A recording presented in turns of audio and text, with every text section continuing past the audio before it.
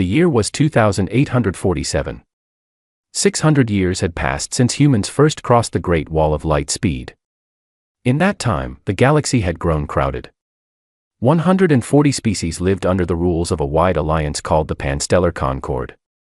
Their meeting halls were carved into a ringed world named Veshtara Prime, where senators in long robes argued about trade, borders, and old treaties no one quite remembered signing. Humans were a quiet part of all this.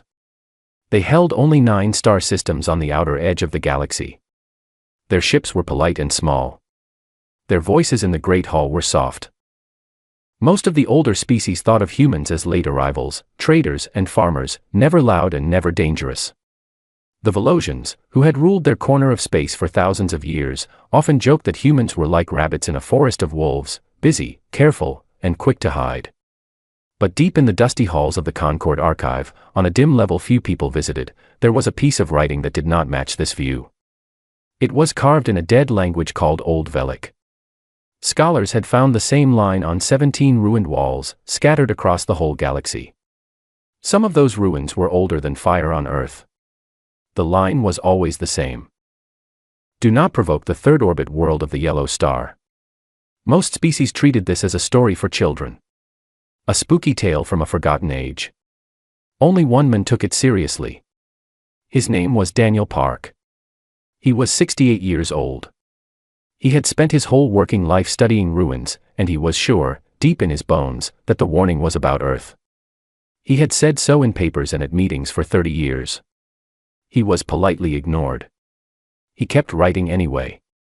On a cold spring morning that year, far from Veshtara Prime, a human freight ship called the Halcyon Drift moved slowly through a patch of empty space known as the Kelvin Gap. The captain was a woman named Lauren Briggs. She was 44. She had a son back home on a green colony world called New Pelin, and she was due to see him in 2 weeks.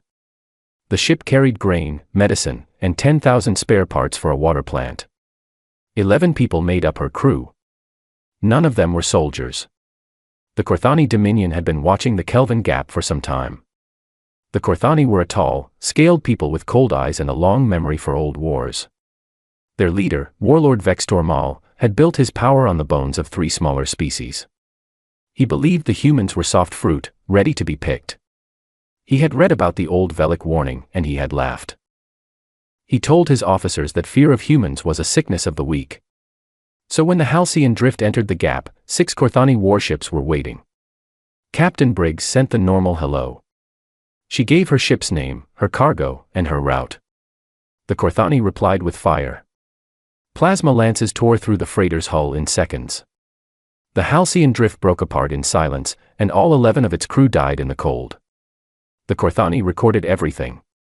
They sent the video to the Concord with a short message. The human worlds were to give up their outer colonies in 30 days, or be destroyed. The message reached Earth at 4:17 in the morning. It landed on the desk of a woman named Coordinator Ellen Marsh, the head of the Terran Federation. She was 61 years old. She had soft white hair and a quiet voice. Most who met her thought she was kind, and they were right, but they often missed the rest of her. She had been a lawyer for 20 years. She had built her career on stopping wars, not winning them. That was the version of her the galaxy knew. Marsh read the message 3 times. Then she sat very still for almost a full minute. Outside her window, the sky over the capital was pale and gray. A single bird crossed the glass. She picked up her phone and called 4 people.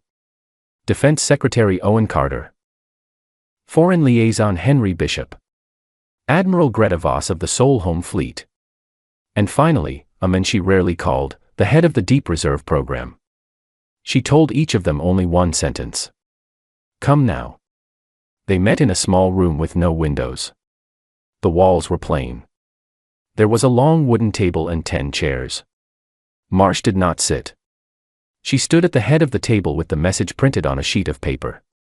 She did not raise her voice. She asked only one question. How many of our people did they kill? Owen Carter answered. 11, Coordinator.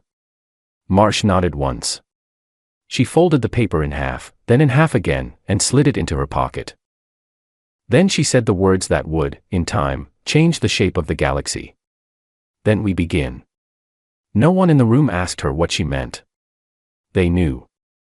Admiral Voss left first. She had calls to make. Owen Carter stayed for a moment longer.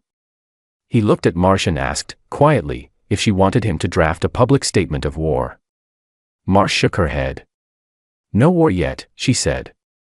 Let them think we are writing letters. Let them think we are afraid. The longer they believe that, the cheaper the lesson will be.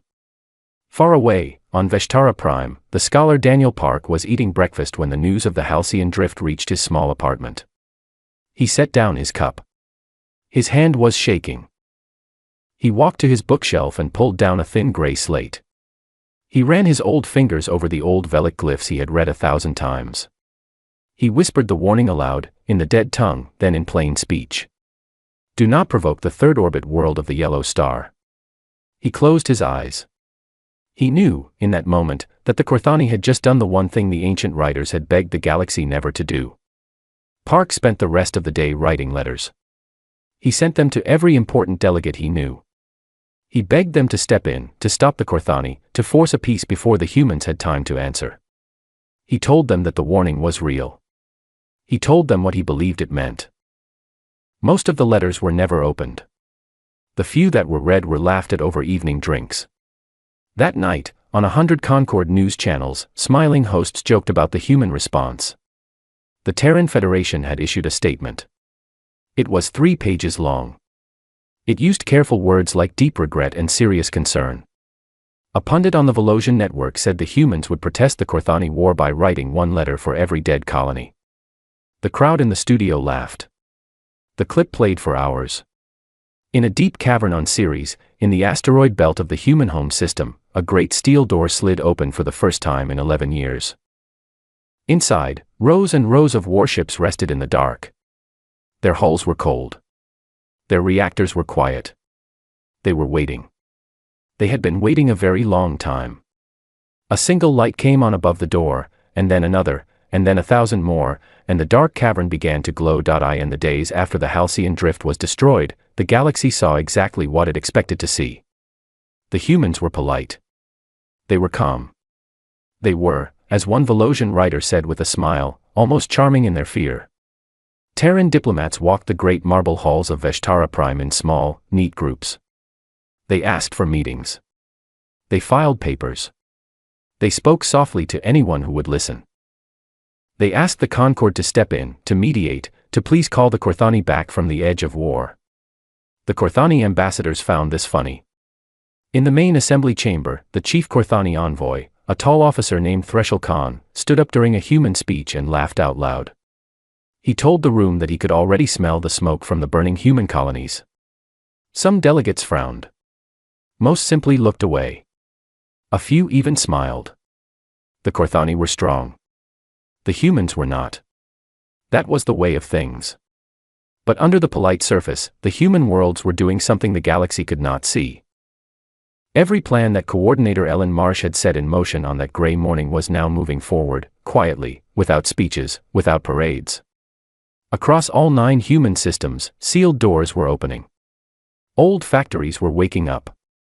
Workers who had spent their lives building tractors and water pumps were being moved, gently and without panic, to other lines. Within 3 days, those same lines were turning out parts for guns, plates for armor, and shells for guns the public had never seen. This had not been built in a hurry. It had been waiting. For 400 years, since the day the Terran Federation was first formed, humans had kept a secret plan called Deep Reserve. It was simple in idea and huge in size. The visible human fleet, the few escort ships that the Concord saw at trade summits and joint patrols, was less than 4% of what humanity actually had. The rest, more than 96%, was hidden. Some sat in cold dry caverns under the surface of moons. Some rested on the dark side of small asteroids no one ever visited. Some slept under the deep oceans of Earth itself, in steel cradles that had not been opened in a human lifetime. Admiral Greta Voss flew out to inspect one of these places. She was a small woman with short gray hair and very sharp eyes. She had been in the Navy for 41 years, and she had been waiting, in her own quiet way, for this exact moment. Her aide on the trip was a young officer named Pete Granger. He was 26. He had read about Deep Reserve in his academy textbooks, in a chapter that was marked for senior officers only, but he had never seen it with his own eyes. The shuttle dropped them down through a long tunnel cut into the rock of Ceres. The tunnel went on for nearly 2 kilometers. When the doors finally opened, Pete Granger forgot to breathe. The cavern in front of him was so large that the far wall was lost in shadow. Row after row of warships rested in steel cradles, their hulls dark, their guns folded. They looked like sleeping animals, huge and patient and not at all friendly. Granger counted 90 ships in the first row alone, then stopped counting. There were too many rows. He turned to Admiral Voss. He asked, in a careful voice, if the rumors were true. He asked if humanity really had more warships in storage than the whole Panstellar Concord had in active service. Voss looked at him for a long moment. Her face did not change. Then she said, more than that. Considerably more. She walked past him down the steel walkway, her boots making small, calm sounds on the metal, and Pete Granger followed her into the cold blue light of the waking fleet. The same scene was playing in 19 other deep vaults across human space. Engineers in heavy suits were warming reactors, checking seals, loading shells, and running tests on guns that had not been fired since their grandfathers were young. None of it was rushed. None of it was loud. Each crew had a checklist that had been rehearsed twice a year, every year, for as long as anyone could remember. They had practiced this in their sleep. Now, at last, they were doing it for real. On Earth, Coordinator Marsh held one quiet meeting each evening. She did not allow speeches. She did not allow shouting. She asked simple questions and waited for simple answers. How many ships were ready? How many crews were trained? How many days until the first task force could move? She wrote nothing down. She kept everything in her head. When the meeting was over, she walked home alone through the soft rain. She watched the lights of the city. She thought about the 11 crew of the Halcyon Drift, and she counted them again by name. She had asked for the names on the first night. She did not want to forget them. At the same time, on Veshtara Prime, the scholar Daniel Park finally got the meeting he had been begging for. The inner council of the Concord agreed to hear him. He stood in front of 12 delegates from 12 different species. He set down his old gray slate and began to speak. He showed them the 17 ruined sites. He showed them the dating. The walls were 40 to 70,000 years older than the oldest human spaceflight. That meant the warning had been carved before humans had even learned to write. Someone, long ago, had met something on Earth. Whoever they met had taught the rest of the galaxy a lesson worth carving in stone, 17 times, across 17 worlds. The chamber was quiet for a moment when he finished. Then the Velosian delegate, a woman with pale skin and silver eyes, smiled gently. She called it a charming theory. She said it was the kind of story she had loved as a child. The Corthani observer, who had been allowed to sit in even though his people were now at war with humanity, was less kind. He said it was the sad noise of a dying species, trying to frighten its predators with fairy tales. There was a small ripple of laughter in the room. The chair thanked Park for his time. He was politely shown the door. Park walked back to his apartment in the deep evening. The streets of Veshtara Prime were full of bright signs and busy crowds. People were laughing and eating and arguing about small things. None of them knew. None of them had any idea. Park went up to his small room. He sat on his bed for a long time. Then he reached under it and pulled out a suitcase. He began to pack. He folded his shirts very carefully. He packed his data slate. He packed his oldest books. He did not pack much else. He had a feeling, deep and cold, that he would not be on Veshtara Prime when the truth arrived. He did not want to be there when it did. Back on Earth, Admiral Voss returned to her office near midnight. On her desk was a fresh report from the Deep Reserve. The first task force was ready. 340 warships. Crews fully briefed. Reactors warm. She read the report twice. Then she walked to the window and looked up at the night sky. Somewhere out there, the Corthani Dominion was still laughing. She allowed herself, for one short moment, a very small smile. Then she went back to her desk and started writing orders. 30 days passed. The ultimatum ran out. Warlord Vextor Mal did not wait 1 minute longer. He stood on the bridge of his command spire on the Korthani home world and gave the order he had been waiting weeks to give. The Crimson Phalanx, the proudest battle group in the whole Dominion Navy, was sent through the Kelvin Gap to take the human colony of New Pelin. 84 warships. Seasoned crews. Plasma lances that had broken 3 civilizations in the last 40 years. Vextor Mal expected the campaign to be over in a single afternoon. The lead captain of the Phalanx was an old officer named Threshold Vorn. He was a careful man, more careful than most Korthani admitted to being. He had been at war for most of his life. He had seen many worlds fall, and he had learned to read the silence before a battle the way other people read the weather. As his fleet dropped out of subspace near New Pelin, that silence was the first thing he noticed. It was wrong. It was too clean. New Pelin was a green and quiet world, the third planet of a small yellow star. By the rules of any sane war, its sky should have been busy. Civilian freighters running for safety. Militia ships forming a desperate line. Panicked broadcasts on every band. There should have been noise. There should have been fear. Instead, the orbital lanes were empty. The communication satellites were dark. The whole planet sat below them, green and round and silent, as if it had been holding its breath for them to arrive. Threshold Vorn frowned on the bridge of his flagship. He ordered his sensors recalibrated. He ordered a wide passive sweep. He ordered the wedge formation to slow. His second-in-command asked him why. Vorn did not answer at first. He simply stared at the screen. Then he said, in a low voice, that the silence was the wrong shape. It was not the silence of fear. It was the silence of a trap that had already been set, long before they had arrived. He gave a single order. Full battle alert. Shields to maximum. The order came too late. From within the bright rings of New Pelin's outer gas giant, 340 human warships slid out of the cold and into real space. They did not arrive in a panicked rush. They did not arrive in a desperate line. They arrived in clean, even formations, in 3-layered shells around the Korthani wedge, perfectly placed. They had been waiting in the rings for 11 days.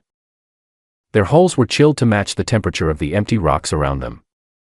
Their reactors had been kept at 1%, just warm enough to keep the crews alive. The Korthani sensors had been looking right at them for almost 2 weeks and had seen nothing. The ships were not the polite escorts the Concord knew. The big ones were called Pillar-class dreadnoughts. They were 3 kilometers long. Their guns were as wide as houses. There were Gauntlet-class assault carriers, low and wide, carrying squadrons of small attack craft inside them like seeds inside a fruit. And then there was a third kind of ship, something the Korthani had no name for, because the humans had never shown it in public. It was called the Iron Choir. Each one fired heavy metal slugs at a fraction of the speed of light. At those speeds, a piece of steel the size of a fist could pass through a Korthani battleship the way a needle passes through paper. The first shots fired by the human fleet were from the Iron Choir ships. They were not aimed at the Korthani warships. They were aimed at the empty space around them, 300 kilometers off each flank. A wall of small metal slugs appeared in space, moving so fast that the Korthani sensors could barely register them. Threshold Vorn understood, in the last clear moment of his life, what this meant. The humans were not blocking the Korthani retreat. They were politely showing the Korthani where the retreat would not be. They were drawing a fence around the wedge. Then the real guns opened up. Korthani plasma lances had once been the most feared weapons in the Rim Ward Arm. They had a long range and a hot, hungry fire. They could melt through standard shields in 2 or 3 hits. But the Pillar-class dreadnoughts did not have standard shields. Their armor was layered with a metal compound the humans had invented in secret 70 years ago. It absorbed plasma the way dry ground absorbs rain. The Korthani fired their lances. The lances struck the human hulls. The human hulls did not melt. They glowed for a moment, and then they cooled, and then the human guns fired back. The battle lasted 3 minutes and 40 seconds. Captain Threshold Vorn watched the Crimson Phalanx, the great fleet that had served the Dominion in 12 campaigns and never lost a single one, come apart on his tactical display. Ships that had taken decades to build vanished from his screen in pairs and in fours. There were no shouted orders left to give. The wedge had no flanks to defend. The escape lanes had been politely sealed by walls of relativistic metal. His own flagship, the Throne of Maul, was the very last one to die. As the lights on his bridge flickered and the air grew thin, he opened a tight beam channel to Vector Maul back on the Corthani homeworld. He had time for one sentence. He kept it short. He owed the Dominion the truth. He said, the old warnings were not folklore. Run. Then his ship broke apart, and the channel went silent. On the bridge of the human flagship, Admiral Greta Voss watched the last Corthani signal fade. She did not smile. She did not raise her voice. She simply turned to her communications officer and said, "Send a clean copy of the recording to the Concord observation buoy. Do not destroy the buoy. Let them watch." The officer nodded and tapped a single key. Across the cold space around New Palin, a small Concord buoy that the humans had carefully left in place began to broadcast the full footage of the battle, with no edits and no commentary, on every major galactic relay band. On Veshtara Prime, in the high chamber of the Inner Council, 12 delegates from 12 species watched the footage in complete silence. The Velosian delegate, the same woman who had called Daniel Park's theory charming, did not blink for nearly a full minute. When the last Corthani ship vanished from the screen, she leaned forward in her chair and asked the recording officer, in a small voice, to repeat the casualty count. The officer cleared his throat. 84 Corthani warships destroyed, he said. Human ships lost, 0. Human casualties, 0. Not low, he added quietly. 0. No one in the chamber spoke for almost 5 minutes. Far away, on a small civilian freighter halfway to a rim colony called Tesson's Reach, Daniel Park watched the same footage on his old data slate. His suitcase sat at his feet. The freighter's engines hummed under his chair. When the last Corthani ship died on the screen, he closed his eyes. He did not feel happy. He felt very tired. He felt, more than anything else, sad. The galaxy had been warned, in 17 different places, by people who were now dust. The galaxy had laughed. And now the galaxy was going to learn, in this slow and quiet century, exactly what the warning had been trying to save it from. Daniel Park allowed himself one small, sad smile. Then he closed his slate, leaned back in his seat, and tried to sleep. Warlord Vector Maul received the last message from Captain Threshold Vorn at 8:15 in the morning. He was in his great command spire, on the high floor that looked out over the smoking factories of the Corthani home world. He listened to the short, final words. The old warnings were not folklore. Run. Then he listened to the silence that came after. He stood very still for a long time. He did not speak. He did not breathe in or out very deeply. The young officer who had brought him the message backed slowly out of the room. Vector Maul was a proud man. He had built his power on victory, and a man like him cannot easily turn away from a loss. So he did what wounded leaders have always done, on every world and every age. He doubled down. He walked out onto the high balcony of the spire and gave a speech to the gathered city below. He told the crowd that the humans had only been lucky.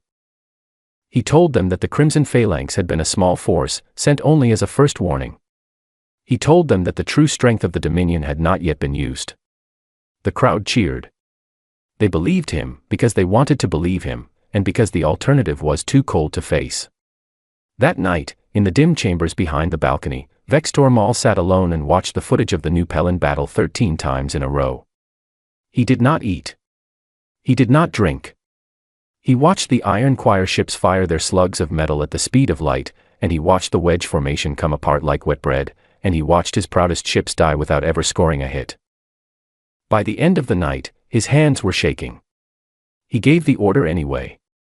Full mobilization. Every shipyard in the Dominion's 41 systems was to turn out warships at emergency tempo. Every client world was to send troops. Every rival was to be threatened into alliance. The Dominion would crush these humans by sheer weight of numbers, or die trying. On Earth, the news of Vector Maul's mobilization reached Coordinator Ellen Marsh just as she was finishing her breakfast. She read the report twice. Then she put down her cup of tea, walked into her office, and called Admiral Greta Voss. She asked one question. How long until the full strength of the Dominion could reach human space? Voss had the answer ready. 11 months, Coordinator. Marsh nodded slowly. Then we have 11 months, she said, to make sure that strength never arrives. Voss said, understood. The call ended.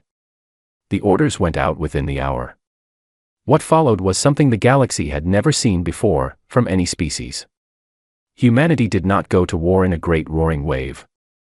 Humanity went to war the way a careful doctor performs an operation. The human task forces did not advance in big, loud fronts. They translated into Corthani home systems one at a time. They came in quietly, in small groups, with very precise targets. They did not bomb cities. They did not burn farms. They did not even fire on Corthani warships that were docked for repair, if those ships were not the kind that mattered. Instead, the humans took apart the Corthani war machine piece by piece, like someone slowly removing the bones from a fish. A shipyard was targeted, and only the shipyard. A reactor station was struck, and only the reactor station.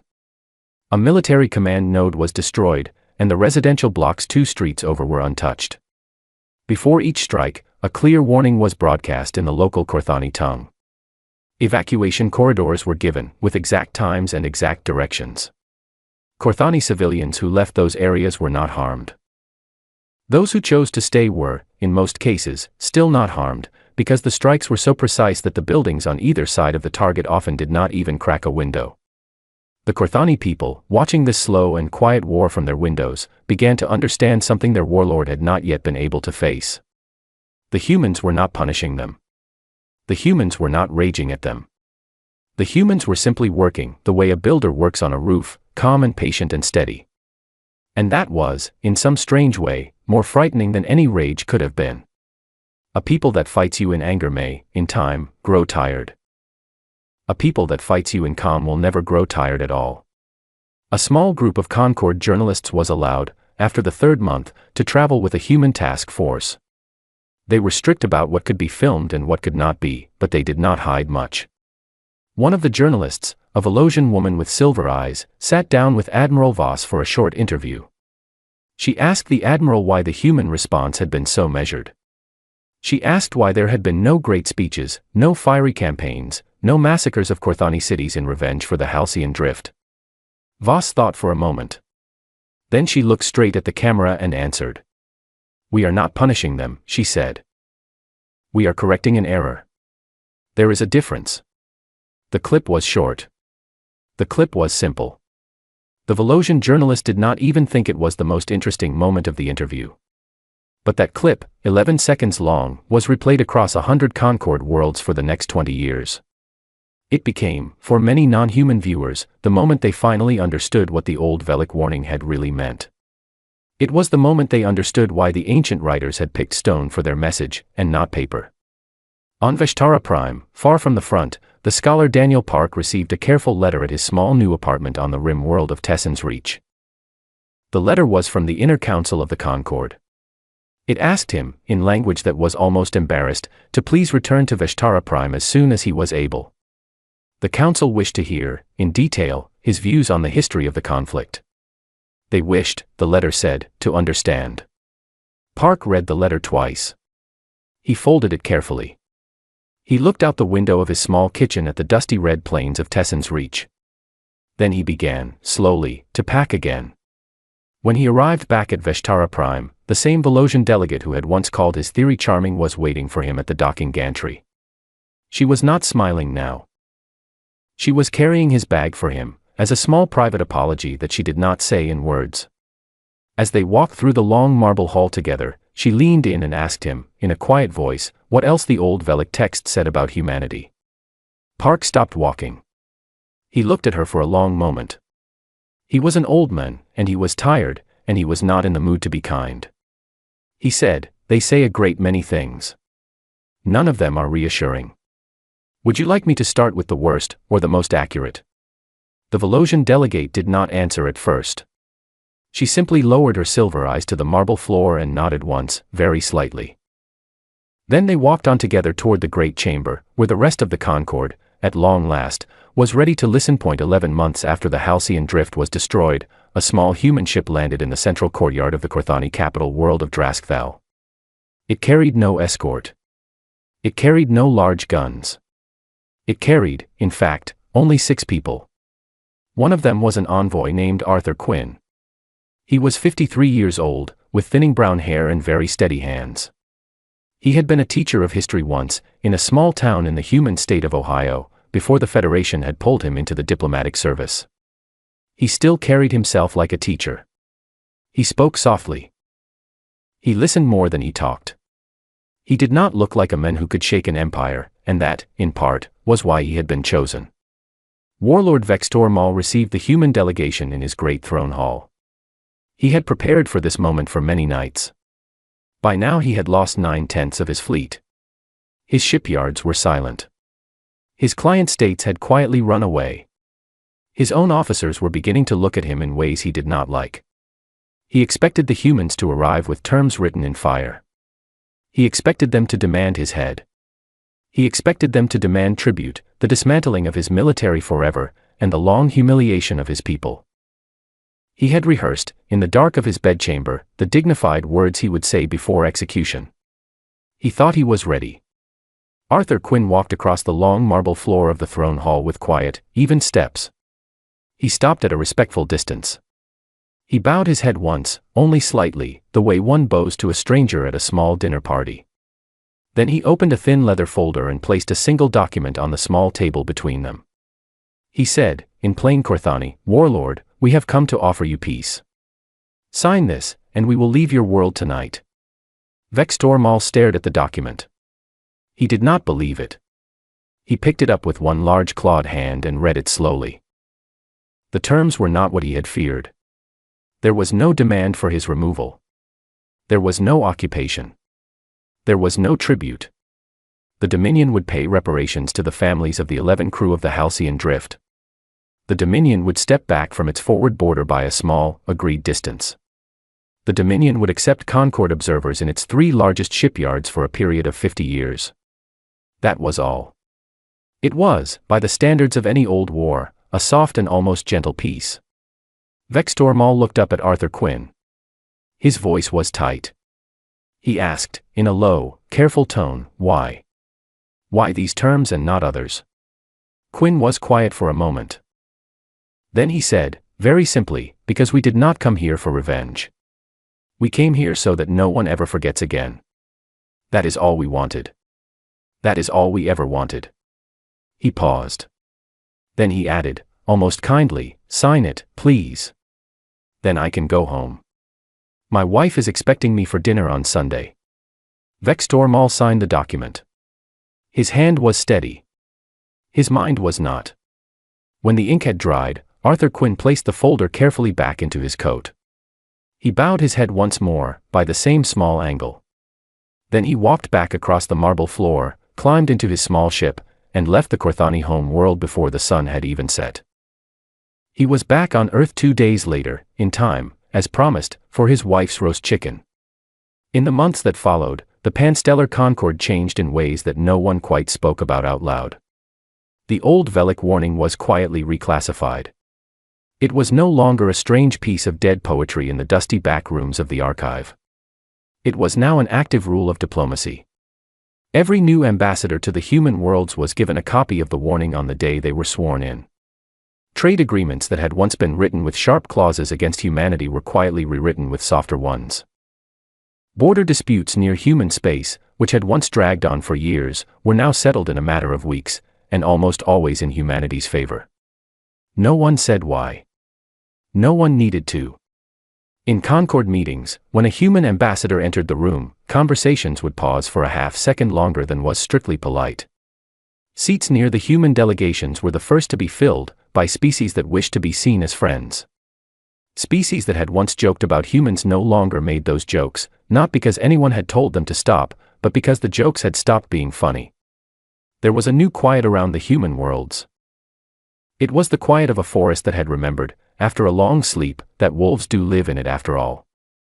Daniel Park, the old scholar who had spent his whole life arguing for a theory that no one had wanted to hear, was given a permanent chair at the Concord archive. His former critics now sent him polite letters asking for private meetings. He wrote a long book in his last years. It became required reading at every diplomatic academy in the galaxy. The title of the book was borrowed from a sentence that Admiral Greta Voss had once said in a closed meeting and that had somehow leaked out. The sentence was carved, years later, into the cornerstone of the rebuilt Concord Assembly Hall, where every delegate had to pass it on their way to work each morning. The sentence was this: "They are not a sleeping species. They are a patient one." The story ends on Earth, on a small wooden porch on the coast of the state of Oregon. Ellen Marsh, who had been coordinator of the Terran Federation during the war, was now 73 years old. She was retired. She lived in a small wooden house above the gray ocean. Her hair was fully white now. Her hands were thin. On a soft summer evening, she sat in a wooden chair on her porch with a cup of tea in her lap. Beside her, on a second smaller chair, sat her granddaughter. The girl was 9 years old. Her name was Lucy. Lucy had a school tablet on her knees. She was reading a short history of the Corthani War for her class. She read in silence for a while. Then she looked up at her grandmother. She asked, with the simple honesty of children, why the other species in the galaxy had been so surprised that humans could fight. Hadn't they known? Hadn't somebody told them? Ellen Marsh took a slow sip of her tea. She did not answer right away. She looked out at the gray waves moving against the rocks below the porch. The waves had moved that way for 4 billion years. They had moved that way when dinosaurs walked. They had moved that way when the old Velic visitors, whoever they had been, had first come to Earth in some forgotten age and decided, for reasons no one alive would ever know, to carve a warning on 17 distant walls across the night sky. After a long moment, Ellen Marsh smiled at her granddaughter. She said, "They were not surprised, sweetheart. They had simply forgotten." Lucy thought about that. She wrinkled her small nose. She asked, "But how could they forget? How could anyone forget?" Ellen Marsh was quiet again. She watched a single gull turn slowly in the orange sky. Then she said, more softly, almost to herself, "The galaxy forgets. We do not. That is the whole of it." Lucy thought about that for a while. Then she set down her tablet, climbed into her grandmother's lap, and watched the gray ocean with her until the sun, far across the curve of the old quiet Earth, finally went down.